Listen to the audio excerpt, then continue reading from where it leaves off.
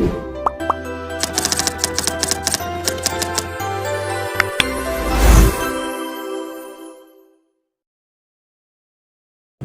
warahmatullahi wabarakatuh. Di sini saya akan mewawancarai mahasiswa UIN Wali Songo Semarang jurusan PPI. Sebelumnya boleh memperkenalkan nama terlebih dahulu, Mas? Nama saya Daong, mahasiswa PBI angkatan 23. Terima kasih ya, Mas, sudah memperkenalkan diri terlebih dahulu. Bisa diceritakan sedikit tentang diri Anda? Saya adalah seorang mahasiswa Universitas Islam Negeri Wali Songo Semarang di jurusan Pendidikan Bahasa Inggris di Fakultas Tarbiyah dan Keguruan. Terus masalah apa nih yang Anda saat ini paling mengganggu Anda? Saya punya masalah dengan kemauan orang tua saya dan kemauan saya sendiri itu berbeda. Di kemauan orang tua saya itu mengharapkan bahwa kuliah itu disambi dengan pondok pesantren. Tapi saya itu sebenarnya saya mau, tapi saya itu sulit membagi waktu antara kuliah, kegiatan kampus dengan dibarengin dengan kegiatan pesantren. Menurutku itu semua itu aku kurang bisa mengatur waktu sebenarnya tentang itu. Begitu, Mbak.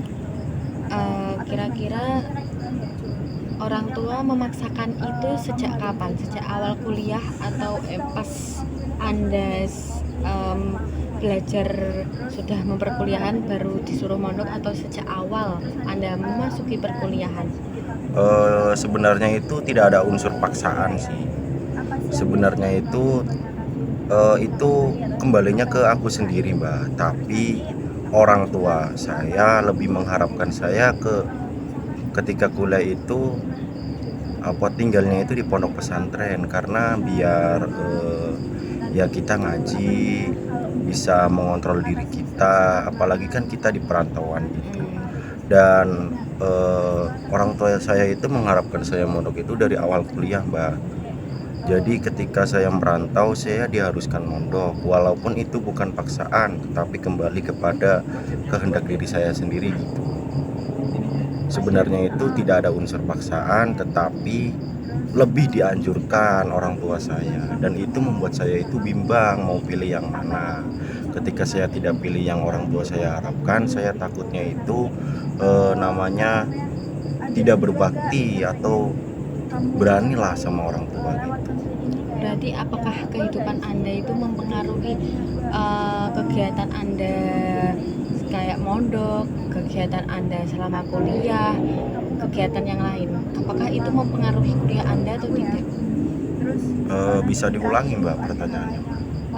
Baik, apakah tadi waktu-waktu yang kamu luangkan, kamu mondok, organisasi, kamu kuliah, apakah itu mengganggu kehidupanmu, ataukah kamu baik-baik saja? Apakah kamu itu bisa mengontrol semuanya?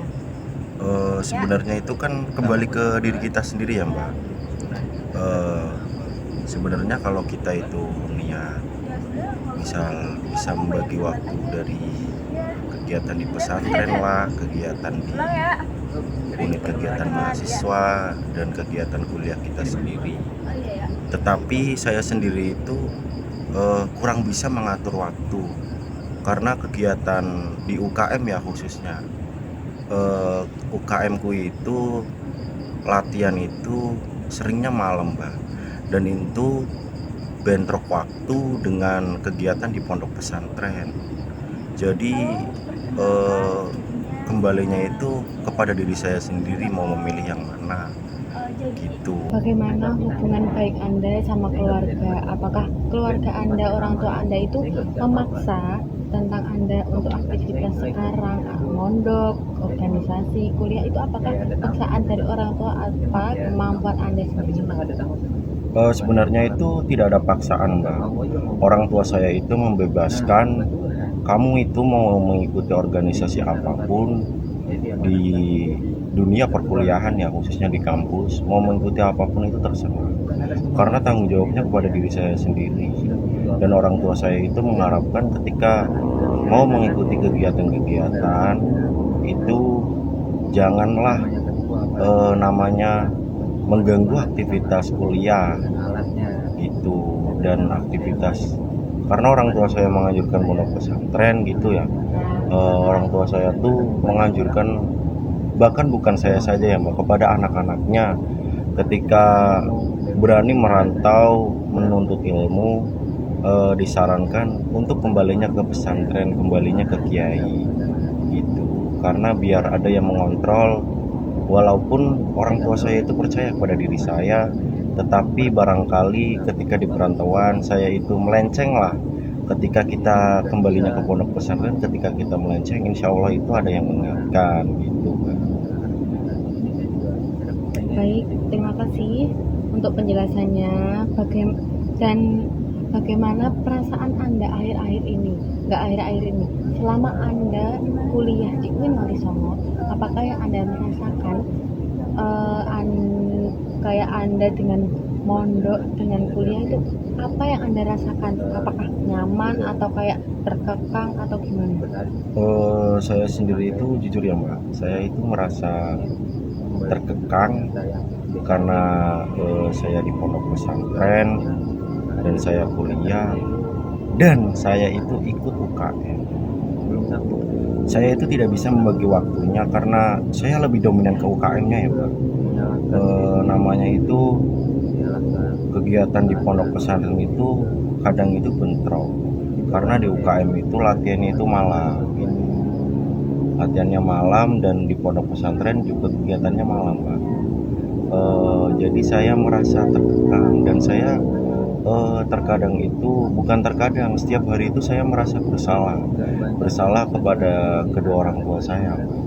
Gampangannya gini, orang tua saya itu menganggapnya, orang tua saya yang di rumah itu menganggap saya itu kuliah ya di pondok pesantren, ikut ngaji, tetapi saya itu membohongi orang tua saya Mbak. Dan saya itu terlalu terpikirkan yang menjadi beban saya itu. Berarti apa Anda sekarang itu merasakan kayak cemas, kayak bingung, kayak bimbang, kayak takut gitu ya? Iya, saya itu cemas. Rasa cemas itu setiap hari itu selalu menghampiri saya Pak. Dan rasa bimbang, bimbang itu apa ya namanya, ingin bilang ke orang tua tapi rasanya itu sulit. Saya takut melukai hatinya. Jadi gini, saya itu ingin mengikuti apa yang disarankan oleh orang tua saya, tetapi saya juga bingung. Saya ingin terus ikut UKM itu Mbak, dan ya itu waktunya itu tidak pas Mbak. Jadi saya sebenarnya saya bisa balik ke pondok pesantren, tetapi kan latihan itu biasanya dari jam 4 sore sampai jam 10 malam ya Pak. Jadi sebenarnya saya itu bisa kembali ke pondok pesantren, tetapi saya itu namanya itu ada rasa nggak enak lah. Masa saya tinggal di pesantren tetapi saya nggak mengikuti apa aturan pesantren gitu. Jadi seolah-olah saya itu gampangannya itu meninggalkan apa yang diaturkan oleh kiai yang ditulis di peraturan pondok pesantren gitu. Yang menjadi saya kadang jarang pulang lah, atau tidur di mana lah. Itu yang membuat saya bimbang bagaimana bilang ke orang tua saya. Dan yang paling fatal itu saya sering membohongi kedua orang tua saya jadinya. Ketika ditanya atau ditelepon lah via WA atau video call, saya bertanya kamu di mana gitu. Orang tua saya itu bertanya kamu di mana, dan saya jawab di pondok pesantren. Padahal sebenarnya tidak. Itu yang membuat saya itu bang, saya mau bilang atau enggaknya. Perlu keberanian sih sebenarnya. Terima kasih Mas. Mas, pertanyaan kali ini, kapan terakhir kapan terakhir Anda merasa benar-benar bahagia, itu kira-kira itu kapan? Saya itu selalu berbahagia ya mbak, karena ya hidupku itu ya cengar-cengir gitu mbak. Tapi yang terakhir kali saya sangat bahagia itu ya ketika saya itu pulang bertemu dengan keluarga, bercengkerama, entah itu membahas apalah, tetapi ketika kita bareng-bareng sama keluarga melihat orang tua kita bahagia, melihat kakak, adik, saudara-saudara kita bisa berkumpul, apalagi berkumpul dalam satu ruangan atau suatu forum lah, itu membuat saya bahagia mbak. Gampangannya memang kata-kata bahagia itu sederhana itu sebenarnya bukan mbak, karena bahagia itu tidak sederhana. Yang sederhana itu hal-hal yang memantik dalam kebahagiaan itu, misalnya kebahagiaan ketika kita bersama keluarga, itulah hal yang memantik. Sebenarnya bahagia itu tidak sederhana mbak. Oke, ya sih Mas, benar banget. Ya kan? Saya juga alhamdulillah semua hidup itu harus bahagia. Harus mbak, hidup itu cuma satu kali. Kalau kita nggak bahagia ya mati we lah. Kira-kira apa yang biasanya Anda pikirkan tentang diri sendiri ketika menghadapi masalah? Jadi, kalau kamu menghadapi masalah itu apa yang pikirkan tentang diri sendiri nanti ke masa depan kalau kamu ada masalah, kalau kamu kayak nih kamu lagi ada masalah nih, terus pikiran tentang diri sendiri itu bagaimana? Apakah kamu ada masalah kayak kamu nanti pikirannya ganti ke negatif atau selalu positif gitu? Oh, berarti maksudnya mbaknya itu gini pertanyaannya, bagaimana cara saya menghadapi suatu masalah, cara berpikir saya itu gimana ya?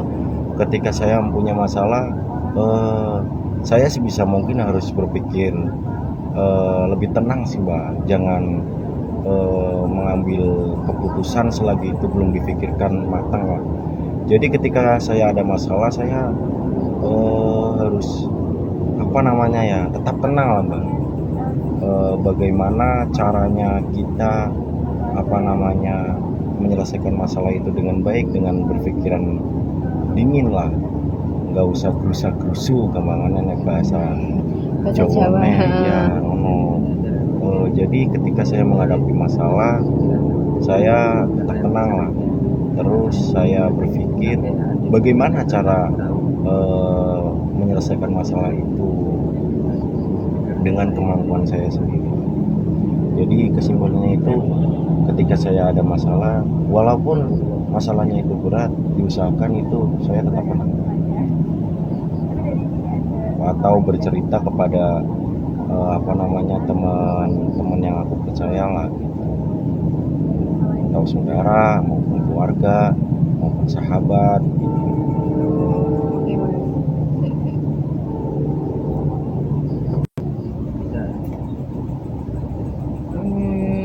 Baik ya, apa yang biasanya Anda lakukan ketika merasa stres? Ketika merasa stres ya, biasanya saya lebih suka ke olah-olah mbak, olah-olah tubuh, olah gerak atau jogging.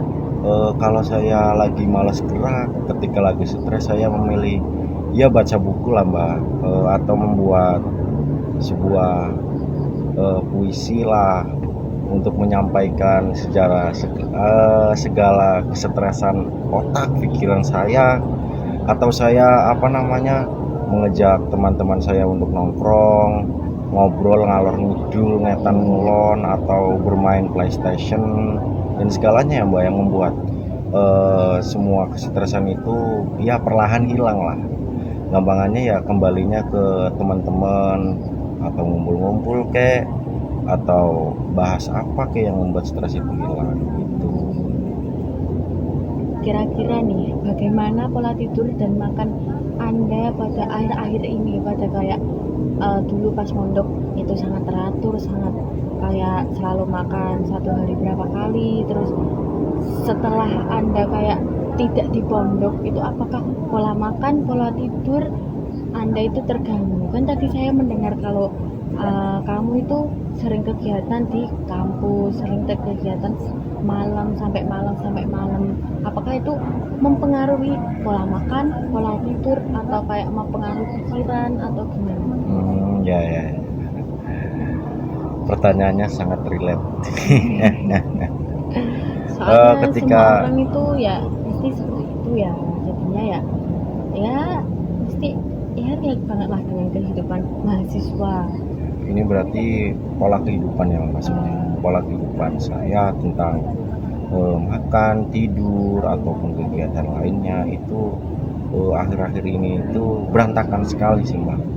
Apalagi soal tidur. Soal makan ya satu kali sehari juga saya alhamdulillah banget kalau makan. Apalagi saya sekarang itu kerja ya Mbak. Saya kerja itu malam, jadi gini, yang membuat pola tidur pertama yang sangat rusak itu. Jadi saya kegiatan kampus, saya ke kampus kuliah. Saya kuliah misal dari jam 8.40 lah, setengah 9. Misal apa namanya selesai jam 12. Dan saya itu biasanya itu tidur Mbak, tidur siang. Terus jam 4 itu saya kembali ke UKM, ke kampus lagi, kegiatan UKM, entah itu latihan, entah itu mencari referensi-referensi untuk bahan latihan gitu. Terus habis maghribnya kan saya latihan full sampai jam 10, dan jam 10 itu saya biasanya kan keluar kampus lah, entah itu makan, entah itu ngobrol-ngobrol sambil minum kopi gitu. Dan dilanjutkan saya di jam 10 itu biasanya saya langsung kerja Mbak. Saya kerja di angkringan. Saya jaga di angkringan itu sampai dari jam 10 malam sampai jam 6 pagi. Itu yang membuat waktu itu tersita Mbak. Jadi saya biasanya itu tidur dari pulang jaga angkringan jam 6 biasanya aku tidur, dan aku bangun ketika aku mau kuliah. Misal kuliah itu jam 8.40 ya aku harus bangun di jam 8.40 itu Mbak. Misal kuliah di jam 10.20 saya harus bangun di jam 10.20. Itu membuat pola tidurku itu rusak, yang sebenarnya itu untuk tidur malah saya gunakan untuk kegiatan, dan yang seharusnya untuk kegiatan saya malah memilih untuk tidur Mbak. Jadi pola tidurku itu sangat-sangat berantakan. Berarti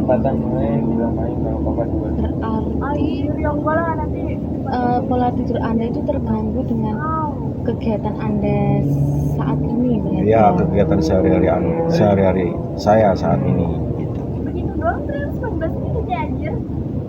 Siapa orang terdekat yang bisa kamu andalkan menghadapi masalah ini? Ayah saya sih. Sebenarnya ayah saya itu orang yang paling, saya sudah menganggap ayah saya itu sebagai teman dekat sekali. Bahkan orang-orang itu pada bingung kembangannya bisa loh seakrab itu dengan ayah saya. Kira-kira apakah Anda merasa cukup didukung oleh lingkungan sekitar nggak tentang hari-hari Anda saat ini? Sebenarnya itu sangat cukup Mbak. Lingkungan saya itu ya yang namanya lingkungan ya kadang gitu, kadang gini, ada yang bagus, ada yang enggak.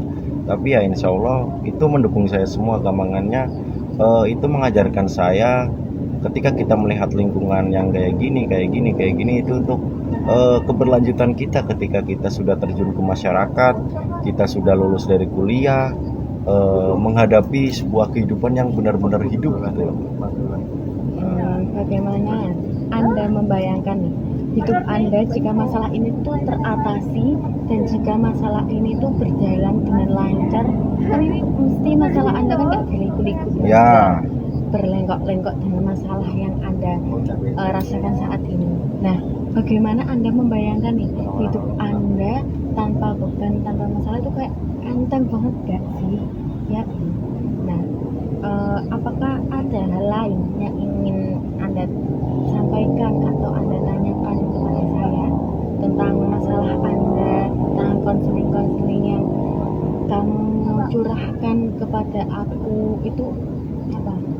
Saya ini ingin bertanya gini, kan saya tadi udah diceritakan kepada mbaknya ya tentang keluh kesah saya, tentang masalah saya lah, perjalanan kehidupan sehari saya dari orang tua, kehidupan kesehari-hari, pola makan, pola tidur, dan lain sebagainya.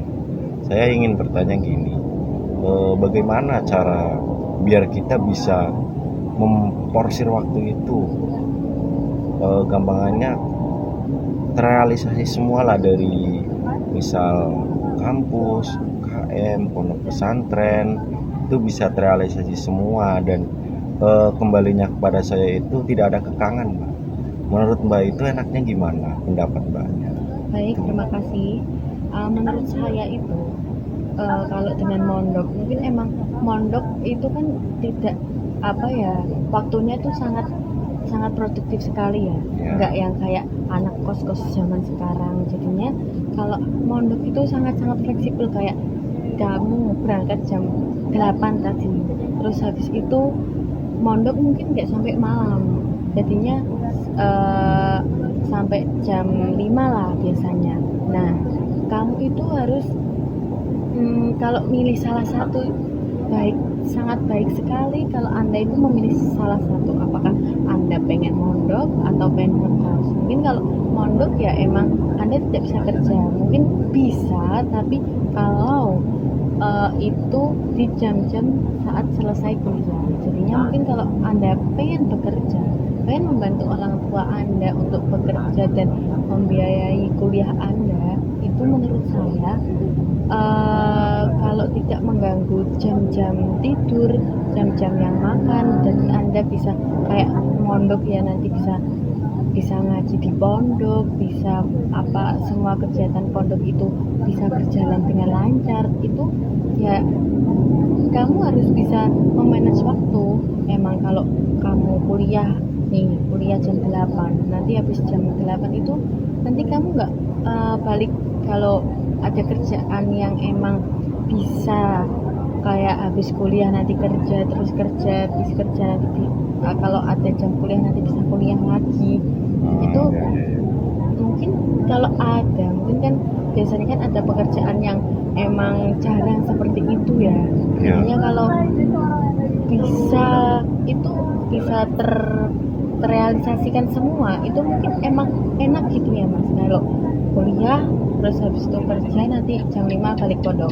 Tapi emang semua mahasiswa emang kurang kalau tidak mengikuti organisasi-organisasi yang ada di kampus. Mungkin pengalaman-pengalaman itu akan muncul, angkat tambah, kayak di pondok teman cuman itu, di kuliah cuman itu. Apalagi kalau masnya tadi kuliah di PBA, PBI, Mbak. oh PBI. Ya. Kalau masnya kuliah di PBI ya, mungkin kalau di kuliah ketemu dengan itu, terus habis itu di kampus ketemu itu, mungkin bosen ya. Jadinya gimana caranya, mungkin masnya pengen mengikuti organisasi. Ya, Jadinya, benar sekali, Mbak. kan, jadinya itu kalau mungkin kalau saya sendiri ya, saya juga kali ini kan saya ngekos, nggak mondok. Jadinya kalau saya habis kuliah ya saya pulang ke kos untuk istirahat, untuk makan, untuk dan lain-lain. Terus Jadi setelah kesimpulannya itu bisa mengatur waktunya ya, Mbak. iya, emang harus bisa mengatur Iya, waktu, bisa menjaga kesehatan, itu lebih penting Mas. Emang pola tidur, pola makan itu sangat penting. Ya, siap. Bisa. Terima kasih kepada Mas siapa tadi? Mas Daong. Oh ya, Mas Daong dari jurusan PBI Angkatan 23 telah menceritakan masalah-masalahnya kepada saya. Saya sangat Ya. sangat terima kasih. Ya, sama-sama, Mbak. Saya juga lega ini. Ya.